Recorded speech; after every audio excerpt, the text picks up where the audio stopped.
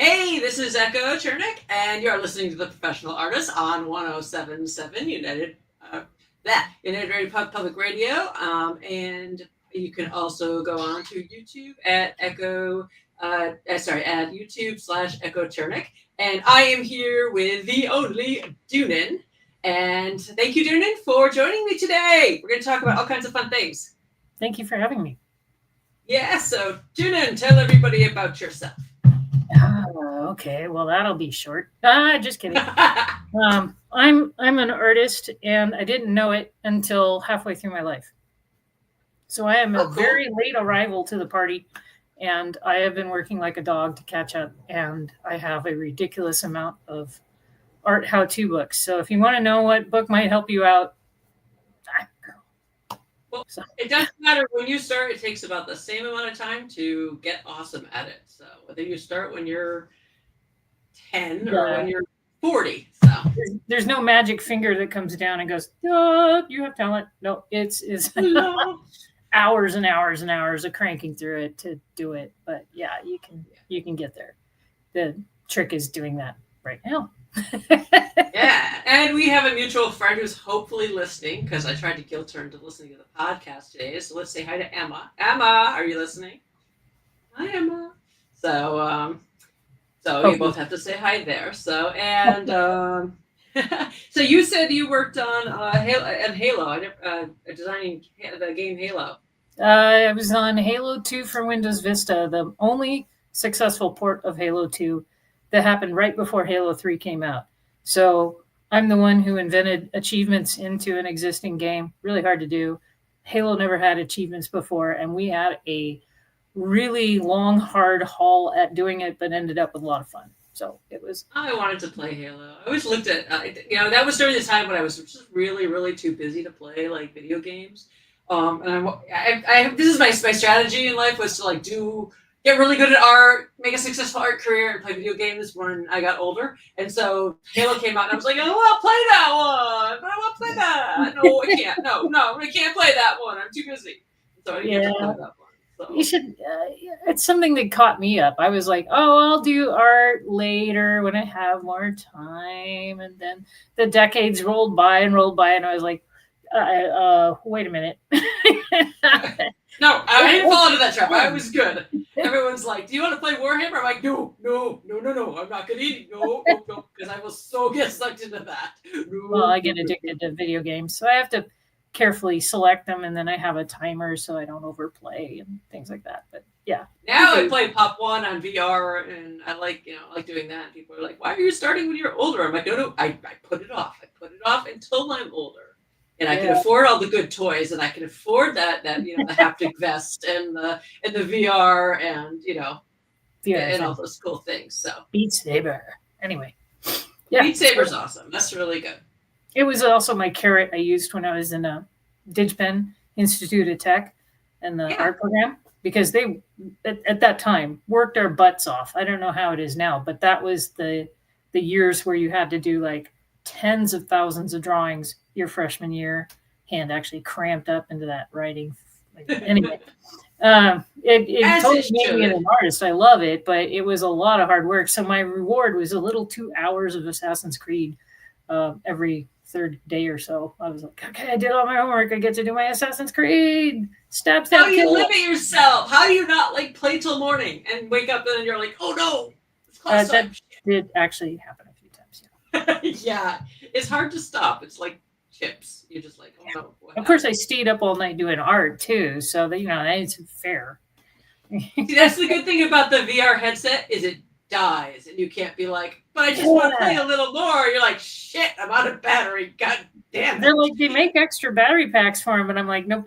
You don't understand. That's my bounding parameters right there. Yeah, but then I would keep playing. Yes. So, and then that would be bad, and yeah. So you should start playing when you're drunk, because that's really funny.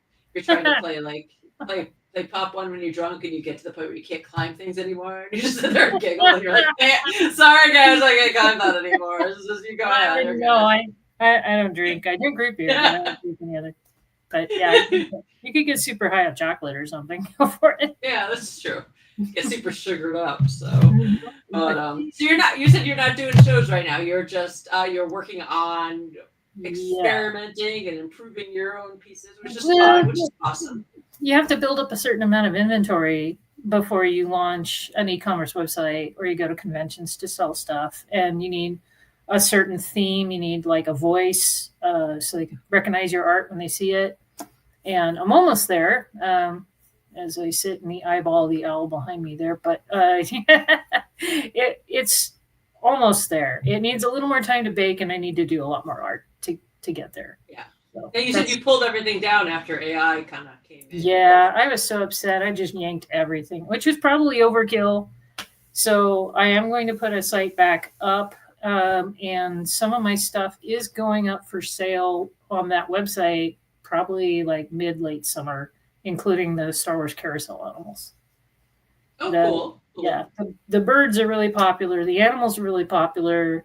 Abalone's not going to be till next year. I have my own IP called Abalone, and Feather Lost, my other IP, is probably going to come out later after Abalone. Um, so first, we're going to get the most requested art up, which is, and I'm adding to the Star Wars carousel animals. So you get Oh, more than cool. Tauntaun this time. Now, before you post anything up, are you taking precautions against AI, like running it through Yeah, Glaze or Nightshade? I'm gonna use whichever one I can get my hands on. I'm interested in thwarting the AI lay on and scrape every night. For those of you that don't know what Glaze and Nightshade are, your images, any images on the internet, AI will come and scrape it and learn from it. So no matter what images it is, if it's, whether it's your art or pictures of your grandma or pictures of whatever you have up there, it'll scrape it and put it into whatever it's using. So and it'll start using it. However, they've developed software that you can run your images through before putting it up on the internet that will make it so it can't scrape it and learn from it. Glaze is one of them.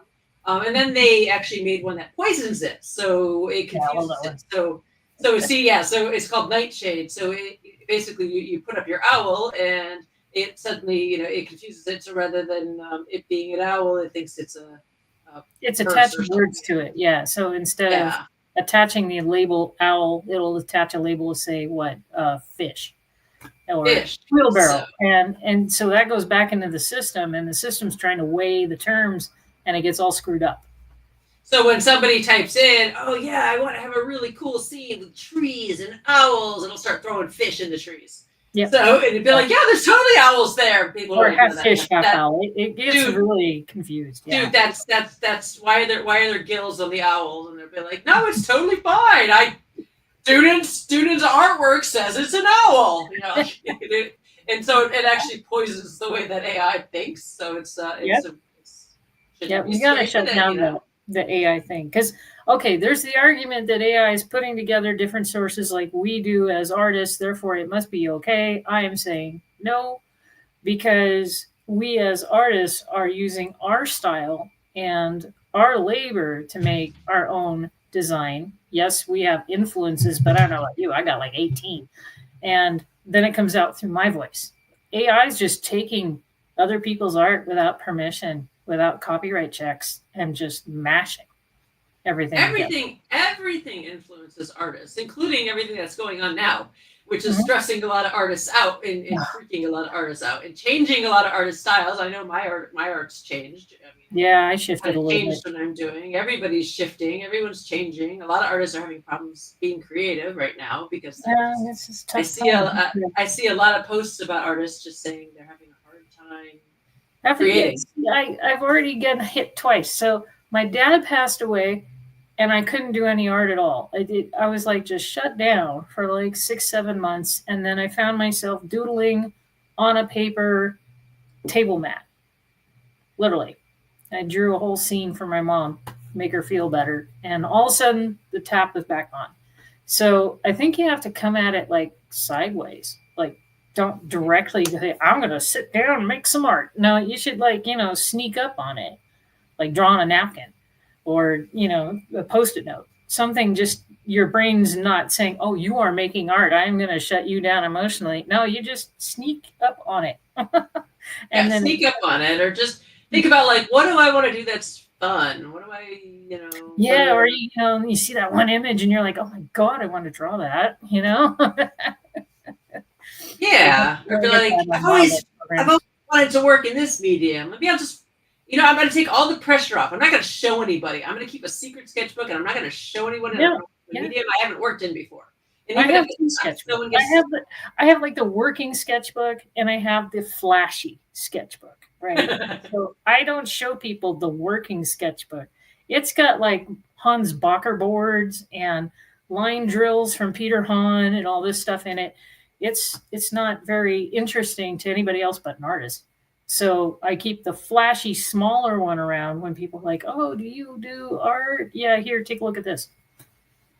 because they want to be impressed. They want to be like, wow, these are Yeah, really cool. yeah. They don't want to see something and be like, what the hell is that? Yeah, Why I'm sure is this? yeah, Is because if you this? show the working book to an artist, they're like, "Oh, this is cool. I don't think I've read this book that you got this from. I want to see that."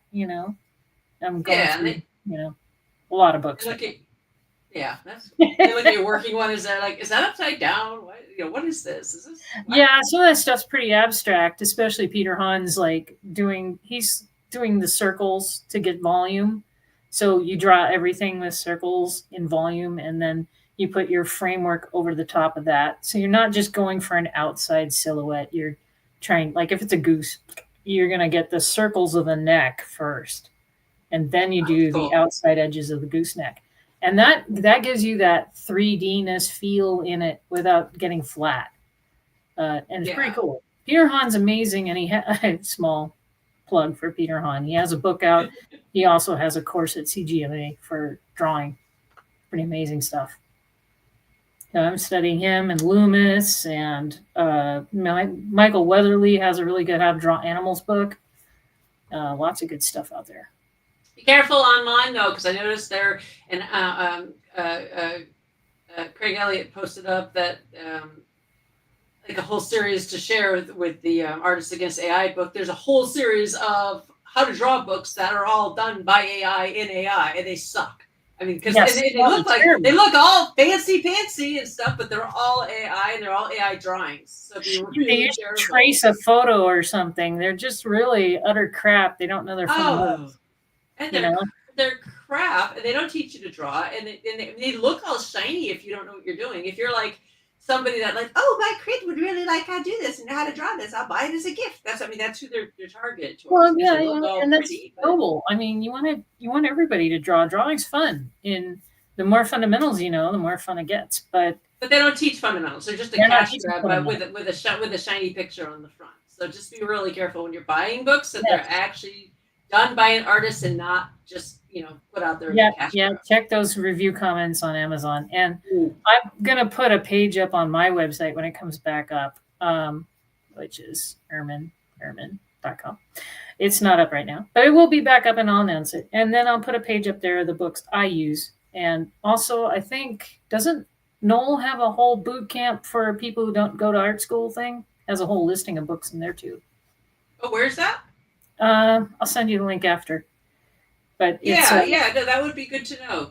you can Google boot camp without art school and you'll probably hit it.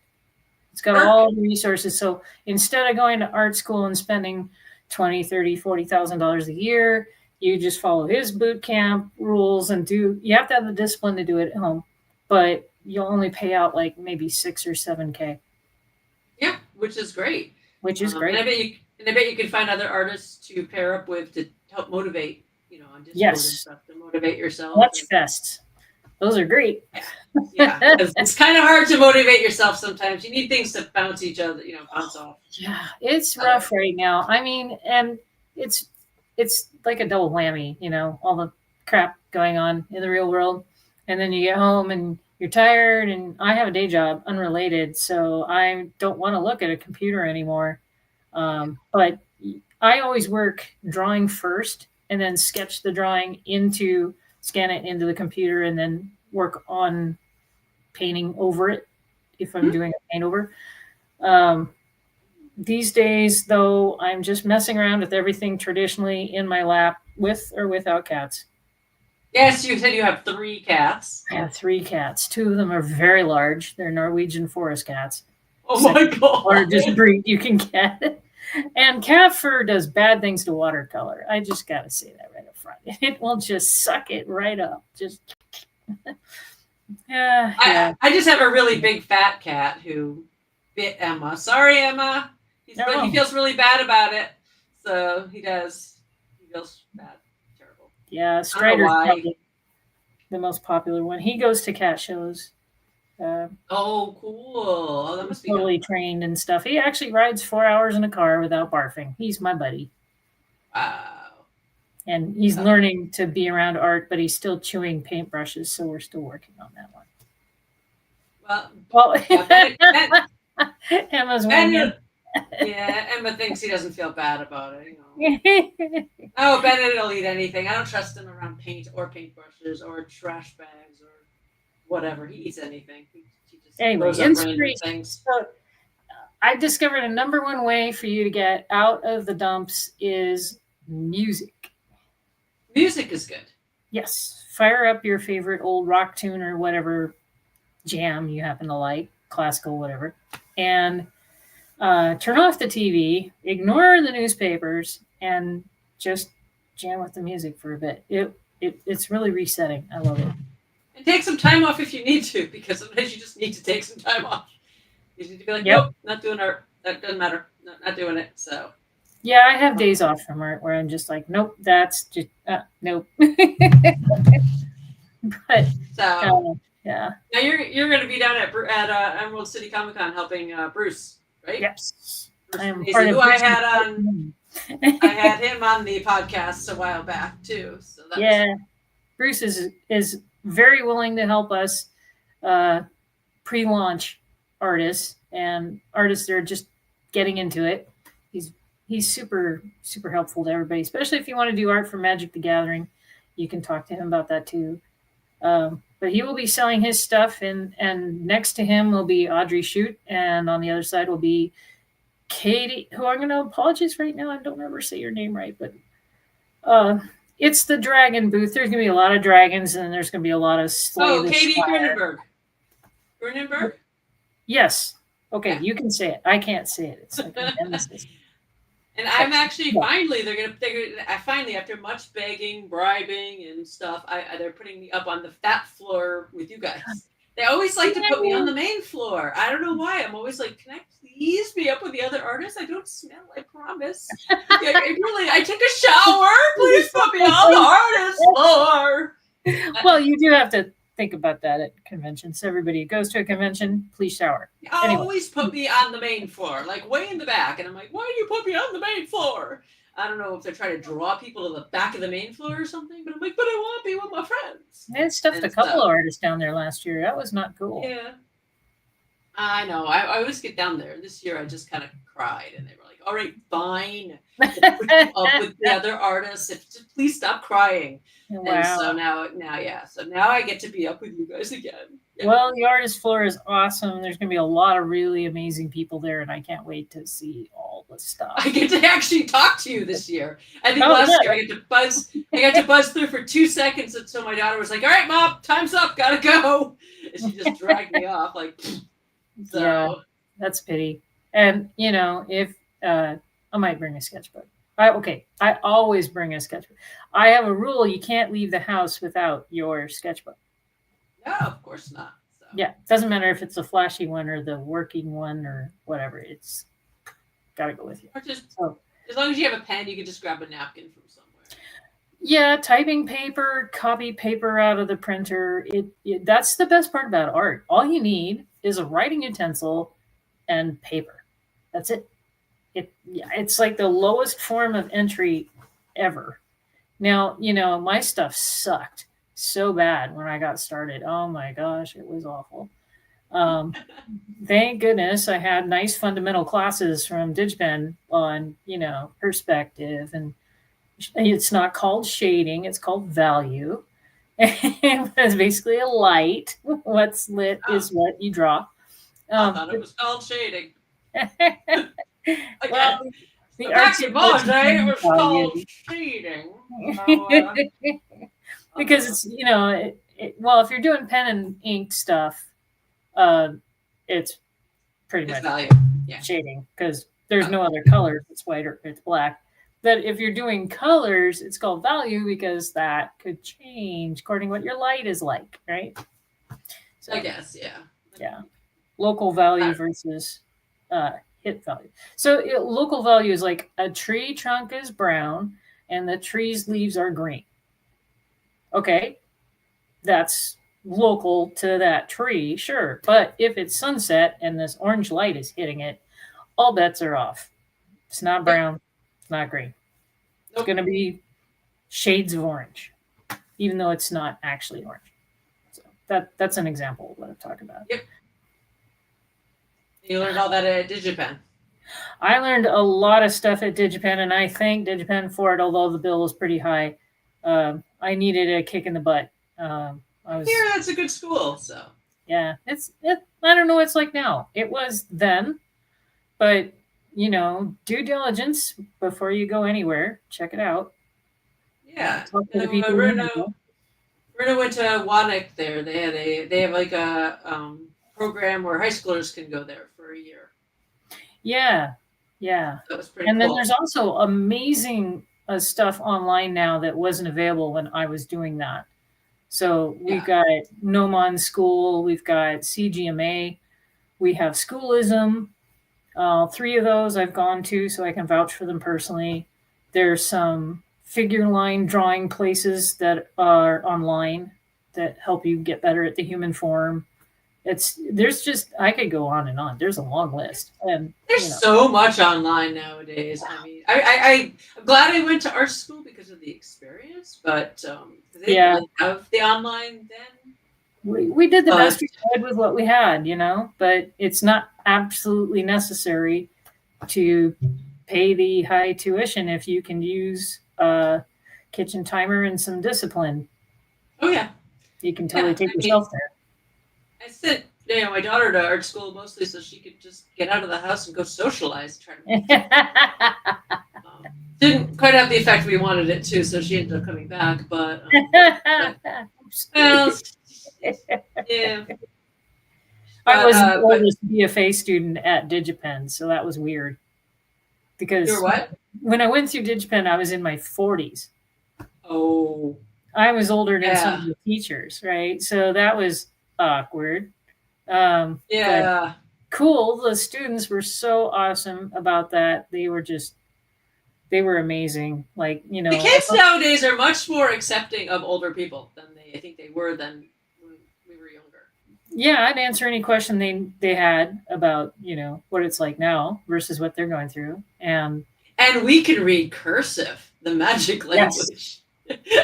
My kids think that's amazing. A whole map in cursive just to my daughter's like, Mom, I need you to read this. Like, isn't that language again? I'm like, cursive?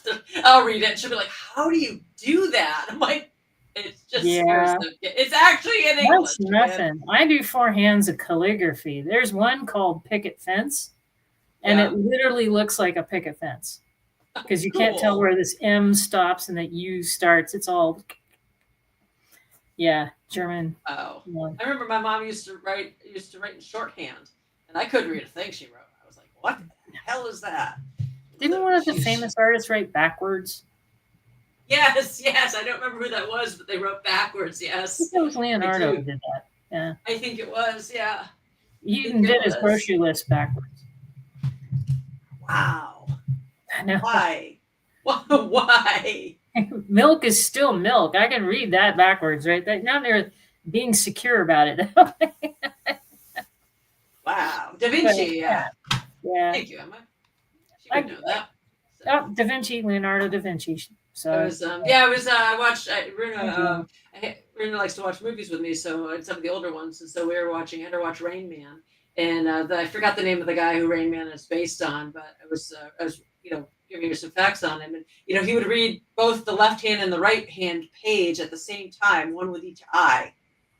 And, is that crazy or what? Like he'd read the left page, the right page, like independently, like and absorb the information, but with independent eyes. I'm like, what? Oh, how do you even do that? I'm like, what? I'm just lucky if I can read anything at all. No one told me that in Oh. the manual.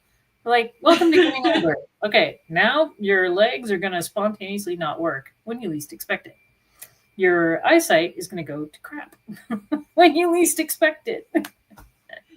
I have several pairs of glasses, so But we'll leave off the next 2 pages because they're just not nice. But if anyone has any questions, you can tell me. I actually have them set. When I go to the ophthalmologist, they're like, all right, where is your like they hold out the thing in front of you, and they're like, where do you read your books from? Oh, what's the distance? What's the distance you read your books from? Hold out there. I'm like, well, I need it from not reading. I need for where I paint. I paint from here, so I'll hold it up really close. And they're like, well, but where do you read from? I'm like, no, set it to my painting distance, and then I use my old reading glasses as my reading distance. This is gonna crack you up, but it was about 4 or 5 years ago, and my art suddenly got awful. I was like painting medieval game boards at the time. And all of a sudden, I couldn't do any details inside the lines. I was just like, oh, what is going on, right? It turned out I needed readers. You just couldn't see a damn thing. Put the readers on, and all of a sudden, I'm like, oh, okay, that's better, but I still can't see the tiny lines. So now I've discovered my superpower is if I take the readers out and my contacts out, I can see the caverns in my hand. It's amazing. Oh my God. Paint with a whisker sort of stuff, right? Oh, wow. Got incrementally better overnight, just like that.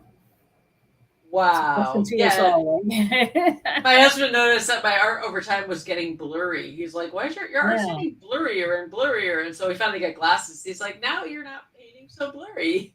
And so, because Monet was that's why I guess he would paint impressionists like that because he had cataracts. Oh, yeah. That's why impressionist art was like that because everything was it was all blurry because of his cataracts, and so everything was in blobs of light. So he painted blobs of light. It was getting blobby, that's for sure. And I was just like, what the hey-ho? Because I've been doing that stuff for a long time, and all of a sudden I couldn't do it anymore. And I was like, oh my God, what's wrong with me? Nothing was wrong with me. So artists, make sure to get your eyes checked because that's kind of important. Yep. You need them. So if you can neglect other stuff, but don't neglect your eyes. Make sure to get that checked. Yeah, nice to your hands too while you're at it. Well, at least your dominant hand. You don't need your other hand. What? You haven't tried art with your offhand? It's fun. Yeah, I do art with my offhand. My offhand. Actually, I'm ambidextrous. That's great. I do that for the abstract one line for the entire picture things. I'm moderately ambidextrous, so I do some stuff with my offhand. So, okay, but not everything. Yeah. Sometimes I'm holding the cat with one hand and then doing this with the other. Get away! Stay off the art! No. I'm teaching them to get under the art so that they get on the lap, and then I can put the lap board on top of them and do the art over the top of the cat. That makes sense. Yeah. We're slowly getting it. It's just, about 10 minutes in, this paw will come around and grab the pencil. You need to give them their own art to sit on. So what I'll do when I'm trying to work on something, like I was trying to lay a big scroll out on the ground. I was working on the dragon scroll. I'm trying to lay it out on the ground to work on it, and the cats, of course, they have to sit on it. So I ended up bringing a second dragon scroll out, laying that down, and being like, "This is the cat's dragon scroll." And so they're all spread out on their dragon scroll, and I'm working on my dragon scroll. They have to have their own. As long as they can have their own drawing to sit on, they're good. No, it does work. I've heard that if you give them their own laptop to sit on, they're happy as can be. They'll stay off your laptop. Cardboard laptops work. They still think that's real. And you can throw down a fresh box. That always works. Yep, I throw down a sketchbook, and I'll be like, "Don't sit on that," right away. But I'm like, okay, yeah. All my sketchbooks have to get closed, or there's going to be like kitty prints on it. Yeah, which is cute. So they but you need distractionary art tools to keep them off the real art. Yeah, I've lost a lot of pencils rolling and cracking on the floor. That is the worst sound ever. Yeah. When you hear a charcoal pencil go. ting, and you know the center of it just broke, and you can't tell Oh yeah, until I you know. sharpen it down, and all of a sudden it just crumbles in your It hands. just crumbles. Yeah. So So now I have trays, and the tray has like a piece of cloth in it, and it sits in the tray, so the cat can't off the table. and of course you have to cover your paint water, your watercolor paint water. It's still water, but you know you dipped your paintbrush. Yeah, we haven't had too You're like, much trouble with that. oh no, I do. Oh yeah, Oh, no. it's Maybe you'll usually drink out of my paint plastic water. brushes. They pull the brushes apart. E6000 will put them back together. They drink out of my paint water, and I'm like, dudes, guys, no, stay out of the paint water, please. No, and never use a mug that you normally use for drinking for your paint water late at night. Yeah. No. Yeah. Because that old paint water joke, that's for real. That's for real, definitely. And don't drink it. It's really toxic stuff. So. Oh Yes. yeah. I had my it'd be really cats they're funny. I came home once and I had this is a while back, not one of these cats, but I had my cat got into my oil paints and Oh no. yeah, that was not good. And so I came in with my friend, this is when we lived in Brooklyn, and we came into the house, and I swear to God, I thought somebody had broken into my house and shot my cat. Because she had eaten half a tube of alizarin crimson, which of course is the color of clotted blood, and then threw it up, and then cleaned herself. And so I was like, oh my God, somebody broke into my apartment in Brooklyn and shot my cat. And I'm looking around, and apparently I had a cold, so I couldn't smell it, but apparently it smelled really fucking bad. And my friend's like, oh my God. And I'm like, oh my God, somebody shot my cat. Is there somebody in the apartment? What the hell? This cat's looking at me like, oh, no, good. And I'm like, yeah, I'm good. And there's like clotted blood all down the side of her. And oh my God, you know, she lived like 10 more years, so obviously it didn't kill her, but wow. She was the stupidest cat. And I was like, why? Why would you do that? You know, it was awful. And, you know, why the red? Why would you eat the red? You know? It's always alizarin crimson. Always. I mean, why? We had a psychotic but wonderful Tonkinese some years ago, Raj, and he stepped in a pallet bowl full of alizarin crimson, and being an offended Siamese type cat, he told us all about it and then ran through the house. Of course. And wouldn't get caught. So fortunately, that was acrylic paint. So you let it dry and then peel it off his paw. Probably better, yeah. Trim it off a carpet. But it was the excitement of the whole thing was just crazy, right? So everybody's trying to chase this poor cat. He's just going down the carpet. Oh gosh. My husband's cat, Sugarfoot, she was quite prissy. I mean, she was the cat that you'd have full-grown adults come in. She'd be in the middle of the couch, and they'd be like, "Okay, I'm gonna just sit on the floor," you know, because they would be like, "No, I'm not with my cat." And so I'm working on pen and ink drawings, and like I'd spent hours and days. Yeah, it take a long time. You know, a long time, and she was mad at me because she just would get that way. And she climbed up onto my drafting table, and I come in, and she's sitting there on my drafting table looking at me, and I'm like, "What?" And she's sitting there right at the head of this drawing, these huge, long, tall phoenixes I've been working on for days. And she dips her paw in my milk. She lifts it out, looks at me, and shakes it right on the face. Oh my God. She just looked at me like, yeah, watch this bitch.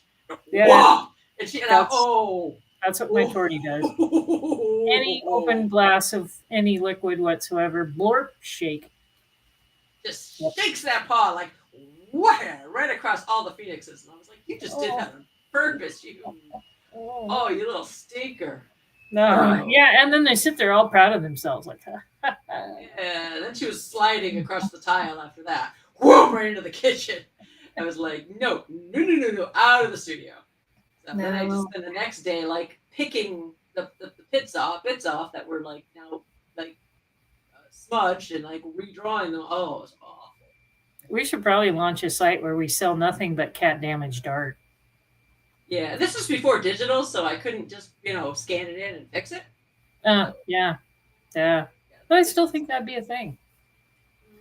I don't know. Cat damaged art. Yeah, there's actually, if you look online, there's like, I think there is a site that has like paintings and pictures of cats being assholes throughout the centuries. Oh, So there's that's just, probably true. Yeah. yeah, That's they're just just they have like paintings and etchings of like just cats being assholes.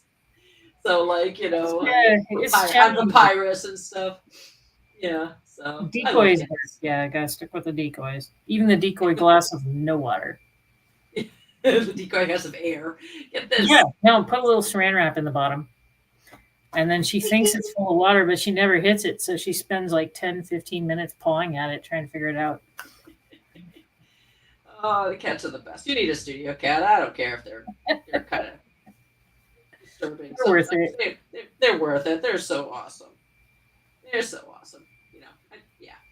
Anyway, but back to art. So what? So you're working on what? You're working in pen and ink and watercolor. And pencil. I still love pencil. So Cool. I'm doing sketches and I'm trying to evolve the digital painting because I never took it to the next level. So thank you to the website Control Paint. You guys are awesome. Those lessons are free, by the way. And No? getting all my basics back up by learning about the control of line, value, perspective, and etc. from various books. I like books, but there's also videos out there. But I'm rebooting. So I took a pause too long and I fell out of practice and I had to reboot because I forgot some of my fundamentals. Use it or lose it. So now I have art hour every day. Every day, at least 1 hour of art. So what are your favorite books? I love Hans Bacher. I'm going through his second book, Visions, right now. His first book was Dream Worlds, and they're both amazing. It gives you a entertainment angle, director's cut sort of version of how to do art. So instead of just, oh, look, an animal in profile, you get like, oh, you could do them from above. You could do them from a Dutch angle. He teaches you all that stuff and gives you different options. So you're not just animal in profile. That's cool. Yeah. Yeah. I love that one. I love John Muir's book on drawing birds because he goes into the extreme anatomy. And the more you know about the insides, the better you can draw the outsides. That's true. Yeah. Usually. And the other one I'm carrying around with me all the time is Michael Weatherly's How to Draw Animals because he presents 6 different ways you can draw each animal, not just one way, but like here's 6 different ways. You can do it geometrically. You can do it as a free line. You can do it value first. He's got all the options in there. So because we don't all It's good to go to the zoo and do live drawing of animals. Yeah. Oh, I love zoo. So different drawing animals in life in person than it is from pictures. It's really hard to draw around public though, so you have to practice for that. That's not something to walk into right away because at least not without other people drawing too. It can be, yeah. They can hammer you with so many questions that you fall out of the zone because you have to speak English, right? I don't know about you, but I can't speak English and sketch at the same time. Big headphones. Big headphones are good. Maybe like obvious headphones, like big headphones, because people are less likely to interrupt you. Not like earbuds, like ones that look like, don't talk to me headphones. That might work better because then people are less likely to interrupt you if you're not. Yeah, and go on a weekday because then it's less. The weekend crowd is like somewhat annoying, but the weekday crowds are totally cool. Yeah, and don't forget to show it to the gorillas or the chimpanzees because they know perfectly well what you're doing. And there's one in the Woodland Park Zoo that actually is pretty good at an art critic. She will actually tell you if she likes it or not. Really? Yeah, I get head shakes all the time. Oh, well, she's like, no. Okay, next page. Do you ever get approval, so? I got a thumbs up and a smile out of her once, but she's pretty picky and she likes it if it's done like super dramatic, almost film noir type style. She doesn't like just the classic life drawing take on it, so watch out for her. You go to Woodland Park. Does she have a medium that she prefers? Does she like charcoal versus? Yeah, she's more into the charcoal and then the inks, and definitely not a fan of watercolor. Oh, She'll actually point at the glass at your stuff, and she gets very involved. Wow, that's so cool. Yeah. I want to go do that. That's super cool. Even when it gets a little warmer out, it's a little cold right now in Seattle. So. Yeah, it's a little cold right now. But just like life drawing people, life drawing animals is different because they. Oh yeah, yeah, and for heaven's sake, if you're gonna life draw someone's kid, get permission before you start. Yeah, because you're sitting there in public going at their child, and that will cause a defensive reaction. Yeah, definitely. But so you can usually get permission, and they're usually cool. Oh yeah, usually they're great with it. I'm like, oh my gosh, really? But ask first. It's okay. Just sneak drawing people in public is adults, and if they turn out, you can give it to them. Yep. But kids, you should ask permission. The kids, you really need to ask permission first because you're going to be staring at someone's child. So that just a little tip there. Yes, I found that out the hard way. And I've used underage models for projects and stuff. I just always have to get their parents' approval. Yeah, I was animating a baby's crawl, and woof, that's not as easy as it sounds. Oh, yeah, no. And so there was this kid crawling around in the middle of the mall, public space. Therefore, I am allowed to use that model without permission slips and all that. But they kind of freaked out a little bit, and I showed them the drawings, and they stopped freaking out. So I should have asked them first. That's toddlers is also hard. Yeah, usually if you ask, people are okay. They're just I don't know what you're doing. Why are you looking at my child? Which is fair. Which is very, very fair. We all have to take care of each other right now. That's for darn sure. Especially if you're a guy, But women are not exempt anymore either. So just Yeah, it's kind of scary out there. But you just got to be careful. But life drawing, nothing replaces that. I remember Kat was trying to draw the way that a tree branch fell, like a evergreen branch, and so I just went outside with some, with like a knife, and I got her a big old tree branch, with an evergreen, and I dragged it into the house. It was 7-foot long tree branch. She's like, "Did you just go get a tree branch?" And then she looked at it, and she's like, "Oh, that's how that falls. I think I go this way. Oh, she didn't realize they fell in a certain way. Yeah, there's a pattern to it. Yeah, she couldn't see it in the pictures, and it's different when you see something and when you wobble and you see how it moves versus seeing something in a picture. Course, it doesn't. It's not what you expect either because you kind of grow up with this perception of what it is, and it's usually wrong. In evergreen trees, I told her, I said, there's different types of evergreen trees. I said, some of them have stiffer, I guess they're leaves, but whatever. Yeah, needles. Needles. Yeah. There are leaves, though, technically. They're needles. But, say some of them are stiffer, some of them are softer, some of them droop, some of them don't droop. Obviously, what kind do you want? Do you want long ones, short ones? And, and I said, and I started showing her all the different types. And then I brought it and I showed her how it moves in the wind and stuff. And she's like, oh, yeah, I didn't expect that. And so then that's the kind of thing you can only really experience when you see something, which is why it's important to kind of travel and see stuff in person. Because photos, you're not going to know what it smells like or what it sees, what it looks like or what it feels like unless you see it. I had make no a huge idea. difference in your art. I had no idea. The tiger paws have so much muscle on their toes that they actually shake after they put them down.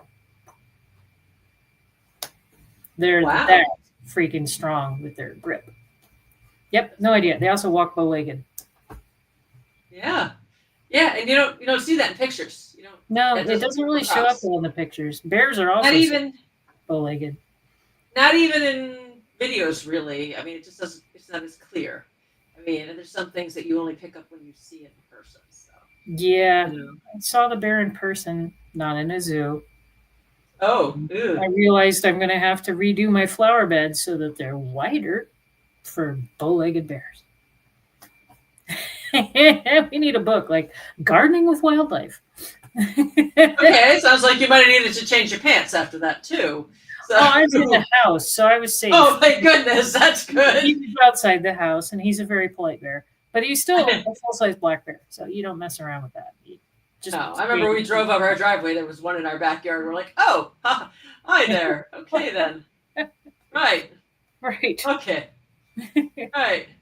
So yeah, I remember we went to Banff, and we'd see all the tourists like getting out and standing. Let's go take a picture, and they're all like crowded at the top of the edge taking a picture of this black bear, like right in the edge of the road. And we're like, why? No, don't get out of the car. What are you doing? They have bad days, I mean, they the black normally bear don't do was stuff with humans, but you change their mind. what? All these people taking pictures of this black bear, and we're all like, don't get out. Why are you out? Oh my god. They're so strong. That's the thing. And I learned that I was not drawing the forearm part of their legs wide enough because one of them just got crotchety and decided to go crush an entire chain link fence section in one go. Oh. Just like it was Swiss cheese, just the whole thing, and just stepped over the 1 foot remaining part of the chain link fence. Oh, okay. Snapped all the clips and everything. Just so yeah, do not piss them off. Piss them off. Yeah.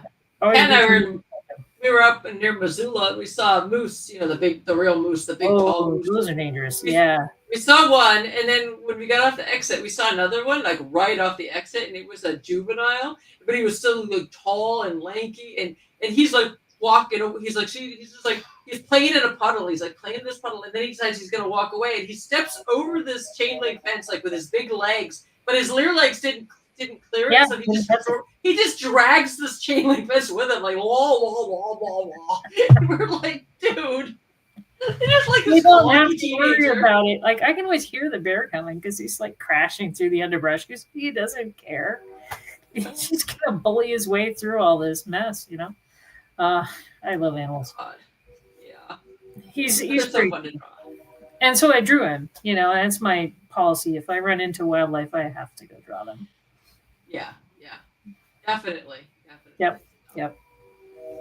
So scared a bald eagle out of the tree 6 feet from my front door, and the bald eagle was only like a total of 10 feet up in the tree branches, and so now I got to go draw bald eagles. The funniest part is they flew over to another tree about 400 yards from my house, and it was him and his mate, and then they had a fight. They had a married couple fight in that tree. You could totally hear it in eagle. It's like, dur, dur, dur, dur, dur, dur, dur. And they're just like, right? And then they both flew off to go find a different tree because that tree wouldn't do. Well, all right then. Obviously, the husband picked that tree out, and ours was not wrong tree, sir. Have you ever heard of hummingbirds? I swear there must be like a million swear words in hummingbird because they have the most. Yeah. And I swear they have the most nasty cuss words. They come over and they tell you off, and and you're like, "Whoa, language, sir! Jesus!" I mean, yeah. We got one when it comes to the feeder that we've nicknamed Freddie because he's as flashy as the real Freddie, and Freddie Mercury, that is. And he's got a super fan on his tail. When he gets torqued, he just, and all the green and reds show up and everything. And that's his feeder. I'm sorry, you have to ask permission because that is his feeder. There's another feeder. They'll tell off bees. Yeah, they'll tell off the bees. They'll be like, so, oh my God. I mean, I just wish I could translate hummingbird because I just think there's a string of that's not even translatable. Yeah. We're getting closer to translating languages for animals. They're making great progress with the whales, unfortunately, thanks to AI. But that's what it should be doing, right? It's just talking about a computer program. It's not actually artificial intelligence. So the computer programs are getting better at figuring out what whales are saying. And won't it be funny when they finally get a full translation? They'll be like, "Did you see that stupid boat? Bet you I can hit it from here." Yeah. It's this beautiful, wavering humpback song, which really says, "Hey, everybody, watch out for the green boat. They're full of assholes." You know. Yeah. Yeah, it's gonna be funny. That day is coming. So that hopefully my cats never actually. Well, they sort of talk to me anyway. They have certain meows for certain things. Oh yeah, no, you And you can can totally totally figure it understand out. what they Yeah, say. they've got a very clear no. I know what my cats say. My cat has looks. She just looks at me and she's just like, "Time for snacks. Time for this." See, I want to get those expressions. I am trying to get those expressions because they have them. There's like, Oh, yeah. don't clip my claws. The litter box is too dirty. I think you're the best thing I've ever seen because you're holding bacon. They have a whole set of these. And Oh yeah. I'm trying to capture that when I draw them. So it isn't just like, oh, look, it's a cat, you know? Oh no, they have full. Yeah. Oh, they have full expressions. Yeah. Bennett Yeah. does this thing where he leans up and stretches when you're like, "Oh, you need help putting the chicken away? I see you have chicken. You went grocery shopping." Oh, it's a stretch. And if you didn't let me know if you need any help with that, you know. Yeah. My cats are tall enough to reach over the counters from the floor.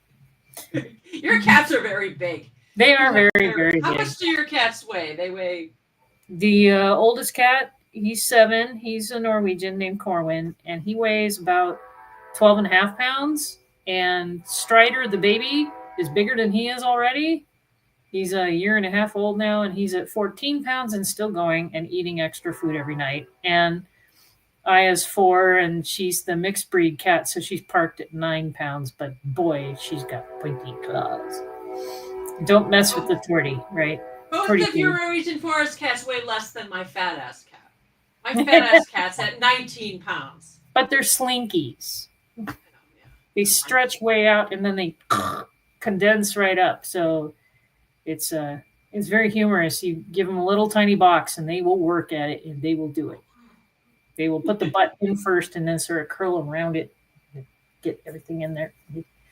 So I had a contest once where I was putting down a slightly smaller box every day. We called it the Box Olympics.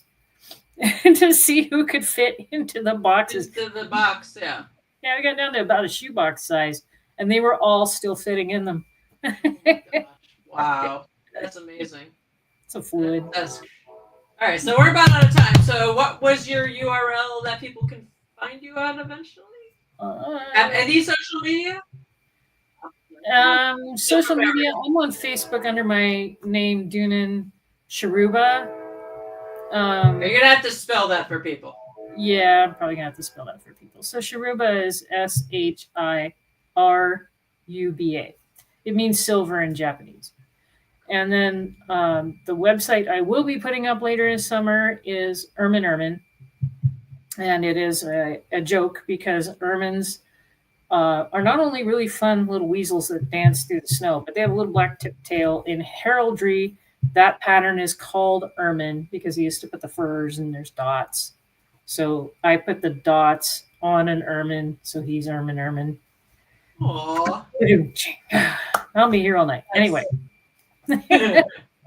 So ermine.com. That'll be going back up later this summer. Cool. Stuff up there that people like so far. I'll see you in like a week or two, I think, at Emerald City Comic Con. Yes, I will be at Emerald City Comic Con in Bruce's booth, Bruce Bernays, and also walking the floor when he lets me out. And hope to see everybody there. If you see me, say hi. Yes. So we will see you there in like what? 2 weekends, I think. 2 weeks. 2 weekends away or something. Seattle. So. Yay! So it'll be good. All right. Well, thank you for being on the podcast, and thank you. And love thank you, everybody else. Thank you. Thank you, everybody else, for joining and listening. And see you guys all next week. And you've been listening to The Professional Artist on 107.7 United Public Radio. And take care. Keep drawing art. And